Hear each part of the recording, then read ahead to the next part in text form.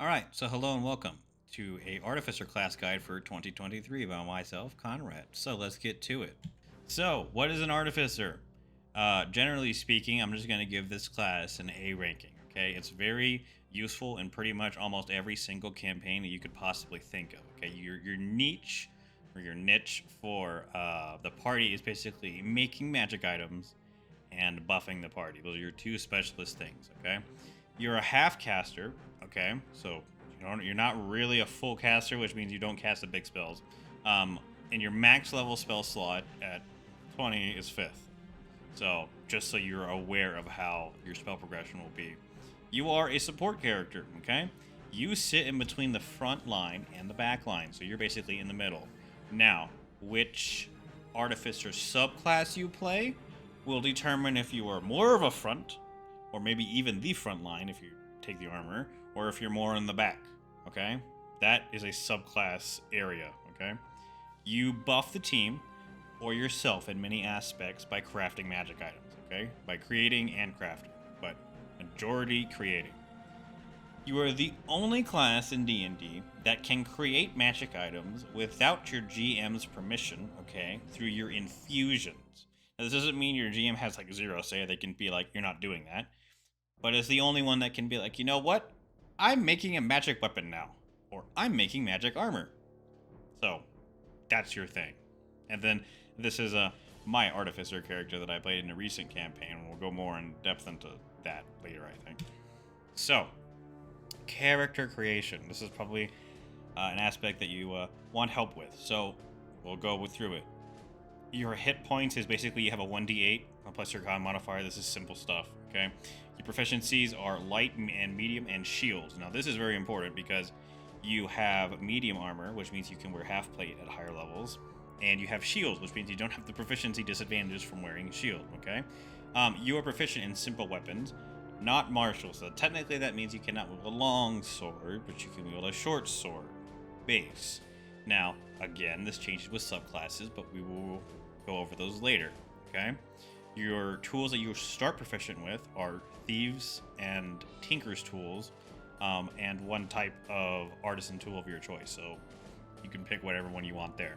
Your saving throws are Constitution and Intelligence. Now, this is why a lot of builds actually start with an Artificer level, so if you wanted to be like a wizard, and you wanted to take an Artificer level or 2, or 3, they do that simply for the Constitution and Intelligence saving throws, because you start with those, okay? And a wizard doesn't.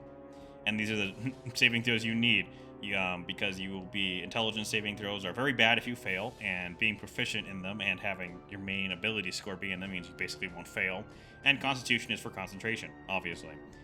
You choose 2 skills from the skills listed. I would recommend Arcana and Investigation, simply because it's the most used ones. And you're an intelligence-based character, which means you benefit the most from them being high. Okay? Now, the standard array that I have presented here is just that, standard. If you want to roll, or you roll for your stats, perfectly fine. We're going to go through which ones should be where, okay? Strength 8, -1. You don't need strength at all. There is no point in having strength in basically any Artificer subclass or class. Okay, you can dump it.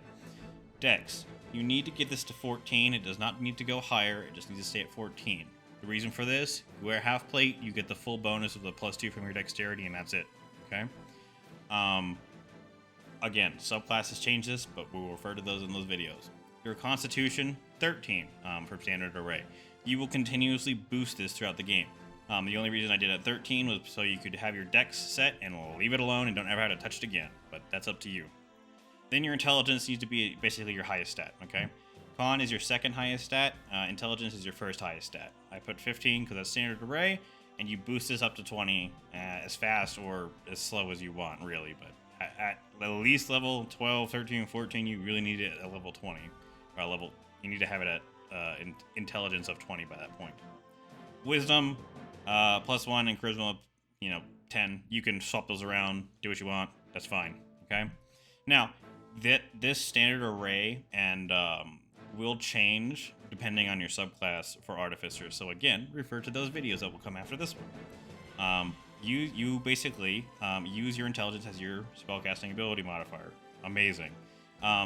And your spell save DC is proficiency plus your intelligence modifier. So standard stuff, and then your spell attack is proficiency plus your intelligence modifier. Again, this is all standard stuff, but we're just making sure that you understand it. So again, you new players can understand how this is meant to work. So we're gonna go through this. On the right side of your screen is all of it listed, what you're supposed to do. I'm gonna go over the very basics so we can keep this video short, okay? What does it say? Generally, the main points of this are you can actually are a ritual caster, but you can only cast artificer spells, which are not very good. Okay, they're just not very good. Wizard ritual spells are like the best, and even then, ritual spells are not very good in 5e. Okay, just being straight up. I wish they were better, but they're not. You cast spells through your tools. Okay, whatever tool it is, you cast it. You want an alchemist, you want smiths, you want thieves' tools. You cast technically from your tools. I've never had a GM ever actually use that rule where you have to use your freaking tool. You know, just you either use your hands, your weapons, or whatever. You prepare spells that you will use for the day. Okay, so that means that you can change your spell list out when you finish a long rest. This means that artificers can actually be played by newer people that are being introduced into basically spellcasters, because they can actually change their list out at the end of every long rest, which means they're not stuck with, you know, a spell that they thought was good and it's really not, and it takes forever them to change. Okay, no, you can change your entire list out at a long rest, so that's very useful. And again, you have your spells prepared, and your spell list is okay. It's not great, not terrible. 3.6. Not great, not terrible. So, character creation 3. All right, so this right side of your screen you can read. That is just telling you if you are a full, half, or a third caster. Okay, you're a half caster, and you can see exactly where your spell comes in, basically. You're a half caster. You max out at level 20 with 2 level 5 spells, or two 5th level spell slots. There we go. Okay, so your breakpoints are 5th level. You get 2nd level spell slots. Okay, 9th level you get access to your 3rd level spell slots. 13th level you get access to your 4th level spell slots, and 17th level you get access to your 5th level spell slots. So just know in the back of your mind, if you're only taking a certain amount of artificer classes, those are the breakpoints you need to know for your spells. And the 4th one. All right. So, what races do I recommend? Obviously, variant human, custom lineage. All right. I'm just gonna say any race can work. Whatever you want to do is whatever you want to do. I would just say, yeah, maybe try Rock Gnome out, because it has the Artificer lore and it has the Tinker ability that you can again read on your own time right there. And it does a lot of flavor there. Some backgrounds I would recommend is the Sage, basically for your research ability there, and your you have 2 proficiencies that are both basically intelligence. Noble and Knight, again, for the same reasons. They have some proficiencies that are useful. And then they have some things that might help you on background, but again, any background works. You can even do the custom background for where you get to pick a background and then 2 proficiencies and 2 tools or 2 languages. It's all up to you what you want to do there. The skills I would recommend, though, and the order of importance I would recommend them, is investigation, arcana, history, nature, and then either acrobatics or athletics if you decided to, you know, have strength for some reason. Then that. And the reason I put that slash there is because some GM, I'm a GM that says you either use acrobatics or athletics on ability checks when it comes to that, because some characters are fully dex and they're crap at running, which doesn't really make a sense, because if you're a rogue and you have like 5 dex, how are you bad at running anyway? So depends on your GM if they play by D&D rules and be like, nah, it's athletics or acrobatics. It's up to your GM and you. And religion, surprisingly enough, because it's an intelligence stat, which probably should be made wisdom, because, you know, clerics and paladins, you know, but it's intelligence, so there you go. Here's one special note here. Dark vision is not a problem for you if you do play a human or a variant human, because at 2nd level you can make goggles of night. If you already have dark vision, it will increase your dark vision range to 120 feet, because you double your dark vision when you actually put them on, because that's what it states there. So actually pretty useful for pretty much anyone, either a human or literally any other race that starts with dark vision. 120 feet of dark vision is actually pretty nice. Okay. So with all of that said, let's keep going. Level 1. So, proficiency is recommended up there. Again, Investigation Arcana. Tools. I would recommend that you actually do Smiths, okay? Or anything else you want to check out in Xanathar's Guide, okay? Chapter 2 for specific uses. It'll list them all out, and it says, hey, you can use XYZ, these are the DCs, okay? And then I would check that and see which tools you want. Again, that's not a hard and fast rule. You and your GM can come up with what you want there, which tools they think would be useful in which situation, it's all up to them. But that's just your starting reference that I would use. Cantrips, Guidance, obviously, best freaking cantrip in the game. You start with it, congratulations. And Mage Hand, also amazing cantrip. There you go. Your first level spells, I would probably go Fairy Fire, Absorb Elements, and Cure Wounds. You can do whatever spells you want. I would just recommend those ones. And we're going to talk about Magical Tinkering. Okay, so Magical Tinkering is a first level ability that is not very good. Okay, it is funny, but it is not very good. The reason it is not very good is because it's a worse version of cantrips, is basically what it is. Okay, you can make objects like either have static effects, continuously emit things, but only for like they're only 10 feet away, a picture, words.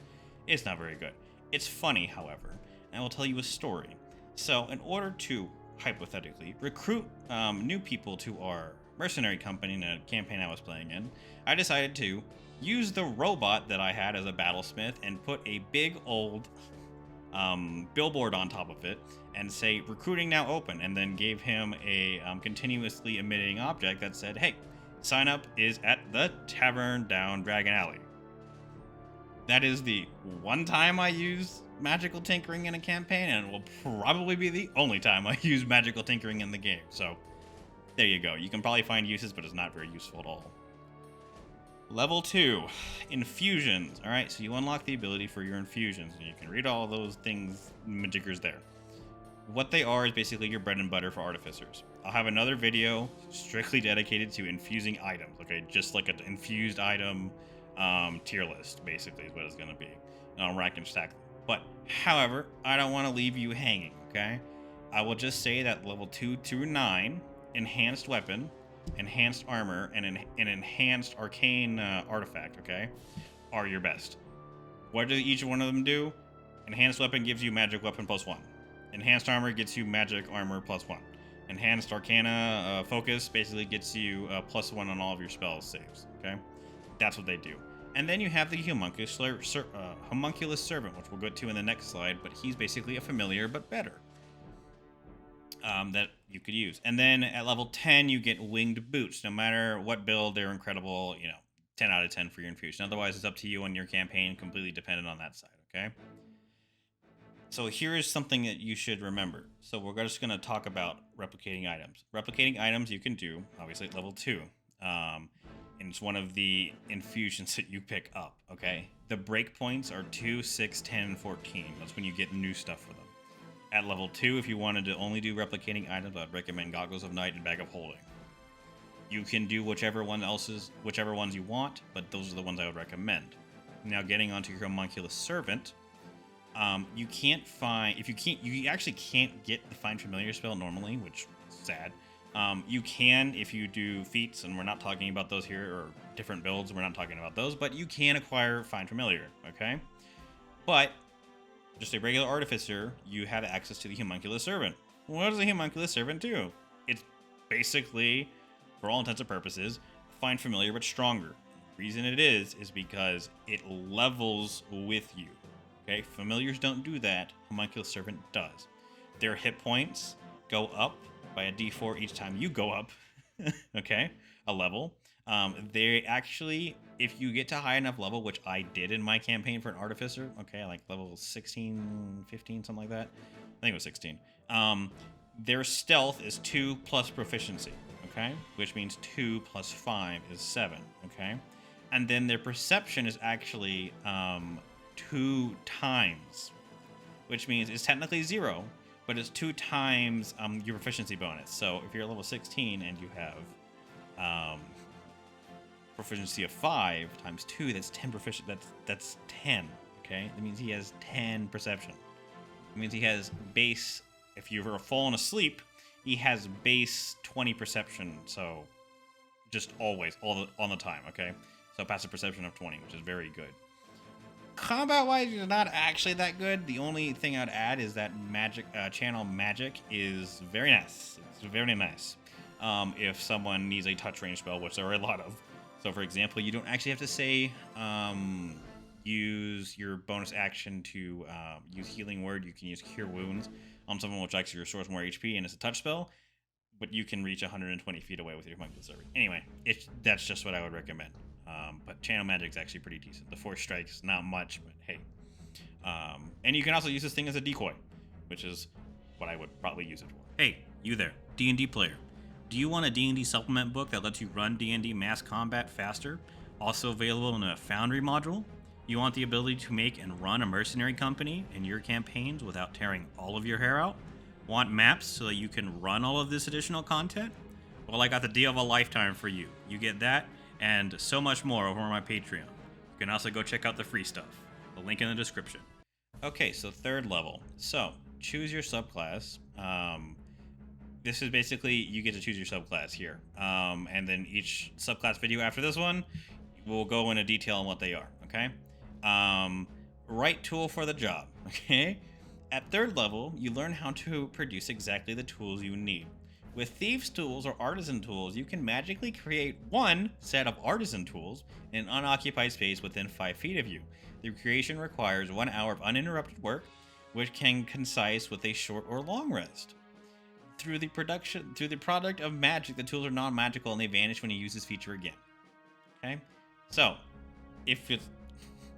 what you can do with Thieves' Tools is make 1 set of Artisan Tools. Yes, but you may not be proficient in Artisan Tools. Or, if you somehow want to do this for no reason, I don't know, I can't possibly think of a reason why you'd want to do this, you make Artisan Tools to make another set of Artisan Tools that you would hand out to someone, but it disappears. I mean, I guess you could like trick someone into selling it, but this is actually literally a terrible ability. Just buy the tools you need that you're proficient in. That's it, okay? Use the tool to make a tool even worse. You only make 1 type of tool. You can't even make Thieves' Tool.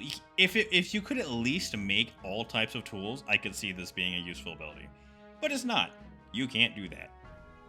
So, there's my fix. Let your players make any tool they want. Alright, there we go. Level 4. Alright, you get an ASI. So, you get ASIs at 4th, 8th, 12th, 16th, and 19th level. Okay?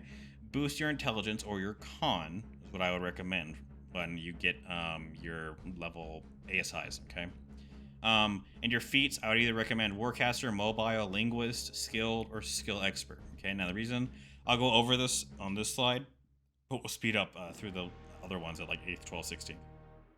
Linguist is actually very useful for you if you're in the correct campaign for it to be used, because you can learn 3 additional languages. It's a half feat, so you get 1 intelligence, and you're able to create ciphers that others can't read unless they break your code, which requires them to make an intelligence check versus your score ability. It's at least how I read it as a GM. Somebody could break your cipher if they spend enough time doing it, but you would have to combine. What I would do if I were a player was make like invisible ink, write the cipher. Okay, so write whatever you're gonna write, have it ciphered, send it, so that even if someone has to first look at it and see that it is encrypted, okay, which is, if it's invisible ink, they can't see it.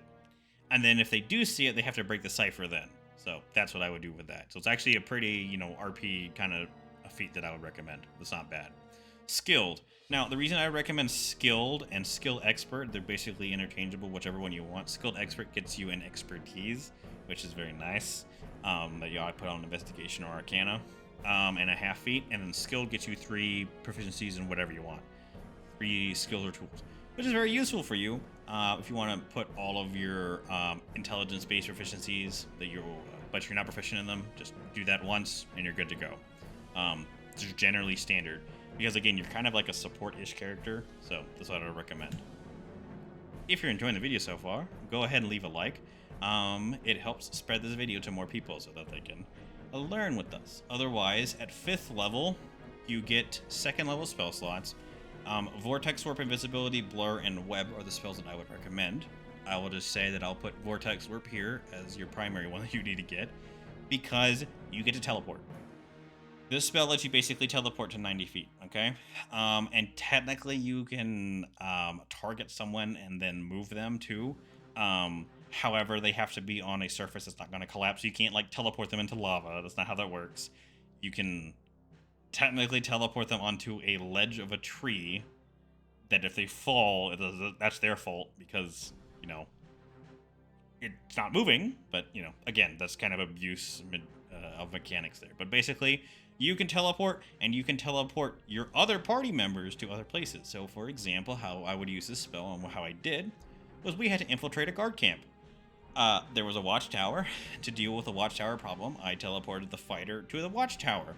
Babada boopy. Problem was solved, fighter killed man. Okay, that's how you do it. And then you can teleport yourself up there too. Just remember that it's 90 feet and it increases with level, which is actually very handy. Okay, so Vortex Warp, very nice spell. 6th level, okay, you get your 3rd infusion. Wow. Okay. You also get your 6 known infusions. So you have 6 known infusions, 3 infused items, so that you can replicate. And you have 3. You can have enhanced weapon, armor, and then 1 replication. And you also get the Cloak of Elmakind now. So there on your screen is all the stuff you get at 6th level, which is very nice. And tool expertise is actually very useful because starting at 6th level, your proficiency is doubled for any ability check you use. You're proficient with a tool. So if you have thieves' tools, you times it by 2. So for example, if your proficiency was 4, with a tool on a specific lock, you would have an 8. Okay. Now, if your GM is also going to use an ability check on that, what that means is you can use a tool, thieves' tools, to help unlock a door. So you get your 8 on that, and then you'll also give you a sleight of hand check, and then you're going to roll that on top of that. So it's actually very useful if you combine all of those, okay? But that's up to you and your GM and how they do that, okay?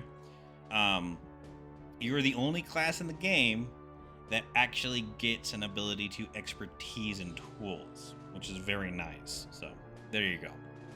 At level 7, you get Flash of Genius, an incredible ability, S++ tier, okay? No doubt about it.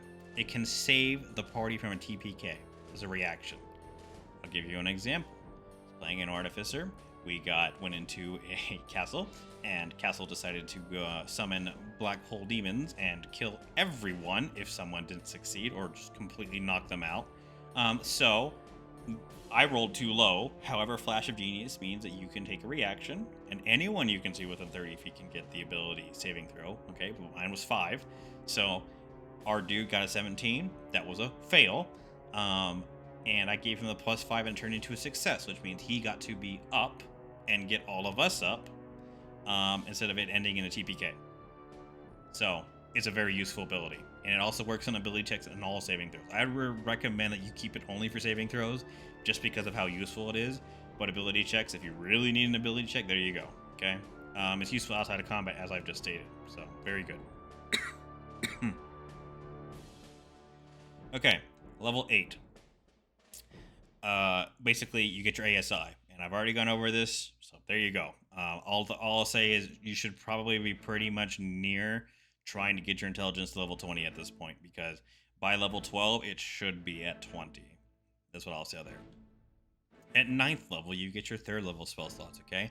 Catnap, Dispel Magic, Fly, Haze, Revivify are the ones I'd recommend. You can do what you want with those, but those are the recommend, okay? Catnap.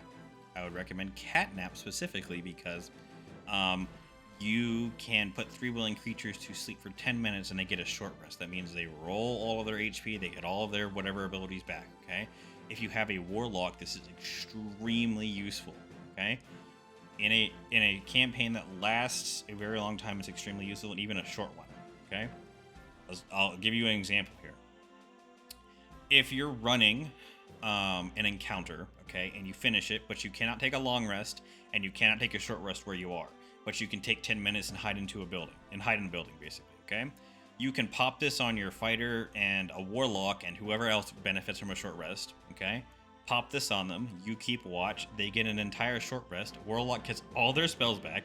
Fighter gets most of their health back and some of their abilities. Okay, so very useful in those situations. Okay, if you're playing a very long campaign, I mean a week for a long rest and like a whole day or 8 hours for a short rest, again 10 minutes for a short rest is very useful in those situations. So that's why I would recommend Catnap. Okay, also you get your Artificer specialization here, so whatever subclass you picked, you unlock your 9th level ability there or feature, and your proficiency goes up to +4. At level 10 you get Magic Atom Adept, which is S++ tier obviously, an S++ ability. Basically what it lets you do is the first little bit of this is attune to 4 magic items at once, which basically just makes it an SS+ tier, okay? And then crafting magic items in a campaign is very GM dependent. I will just say that up front, okay? It's a very niche feature. Check Xanathar's Guide for Everything Chapter 2 Downtime Revisited for the rules, specifically for crafting, which is also on your screen right there. As you can see, it depends on your GM. Okay, because again, there is no technical for how much each item, like an uncommon item costs or a rare item costs. Your GM can make it 2 million credits. You can make it 5 gold, or 2 million gold. There is no common standard. Okay, it's whatever he says. So, but the only thing is you get it at half the price and a quarter of the normal time, so you can technically make them. So that's why I'm like hesitant to be like, oh yes, it's very useful, because it's completely dependent on the GM and the campaign you're playing in. But simply for the fact that you get 4 attunement slots is very nice. So there you go, S++ tier. The last thing at level 10 is you get 8 node infusions, 4 infused items, okay, or 4 infusions basically, and replicate items. You can now get winged boots, so you will get winged boots because winged boots are amazing in any character, and then you get access to all of these. Okay, so you can technically have 4 of these, and then use like 4 attunement slots. So there you go.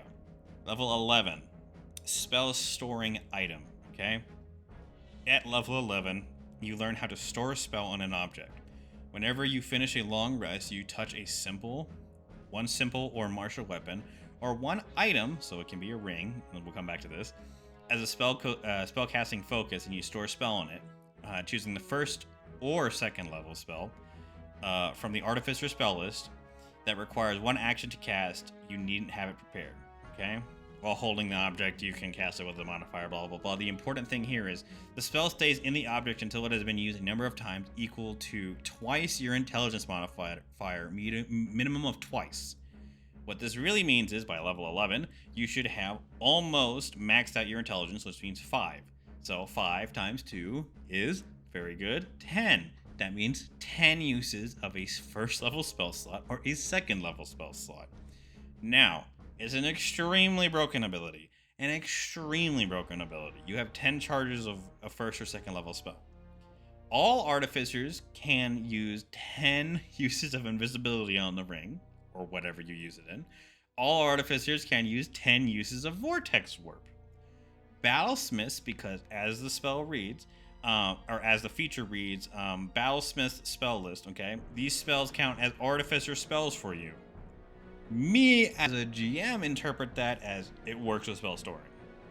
Your GM may disagree, or maybe, in this case, as I will read, Battlesmiths can put 10 charges of shield into an item, which might break the game a little bit, especially because you don't have to have the item. You can give it to your fighter, and your fighter somehow now has 10 uses of shield, which might be a little broken.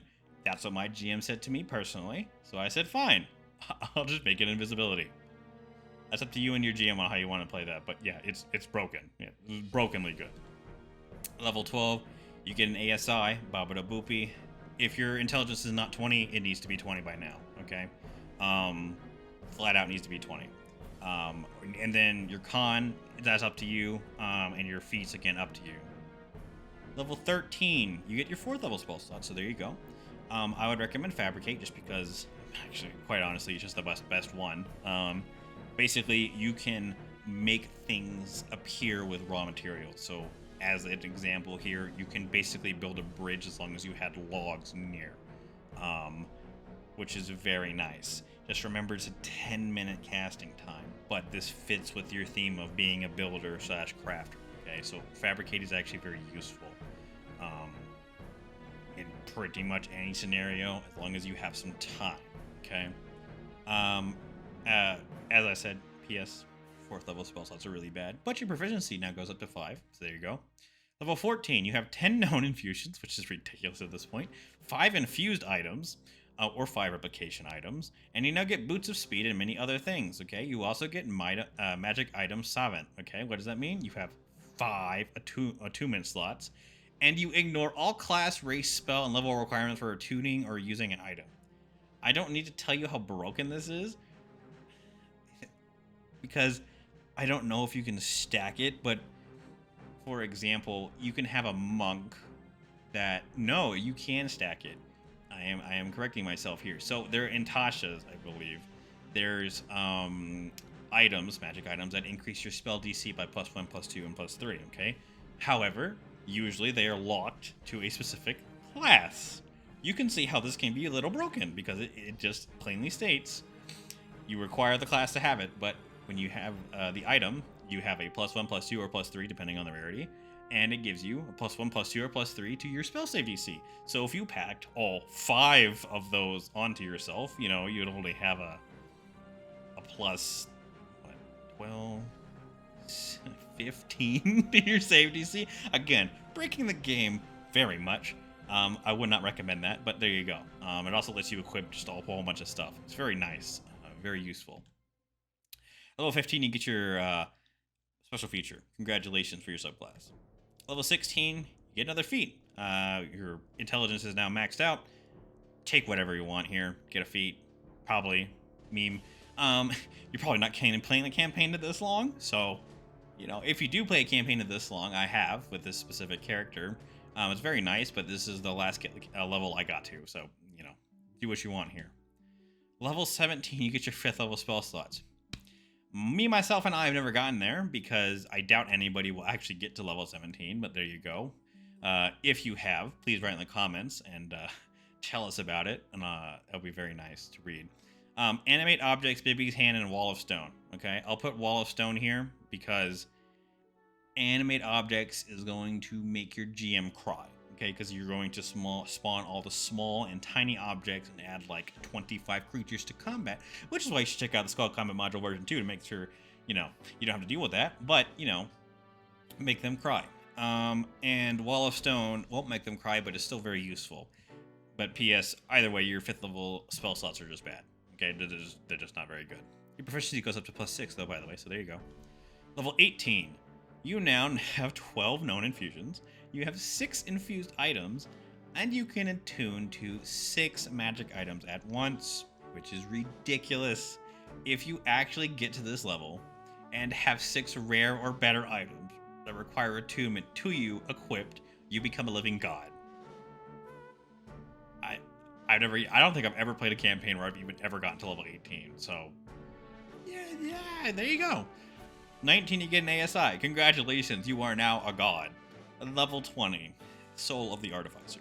You have, what this allows you to do is basically you gain a +1 to all saving throws per magic item you are currently attuned to, which means you have if you are attuned to 6 items, it means you have, very good, stay with me, a +6 to all saving throws on every single saving throw. God, ridiculous, okay? And if you are reduced to 0 HP but not outright killed, you can use your reaction to end one of your Artificer infusions, causing you to drop to 1 HP instead of 0. Which means no one plays at level 20 or campaign. Maybe you get to play 1 battle as it, okay? But in that 1 session, you get 6 instant revives if you go down. It doesn't mean the item is destroyed, it just means it's unattuned. So there you go. All right. So we'll wrap that up there. So if you stayed for this long, please leave a like and leave a comment. It'd be helpful. And if you like this type of content, please subscribe. Otherwise, I'll put over there, I believe, will be the next video. So we'll go over the Alchemist subclass, and then over above me will be the playlist that you can go check out. Otherwise, you people have a nice day, and see you people later.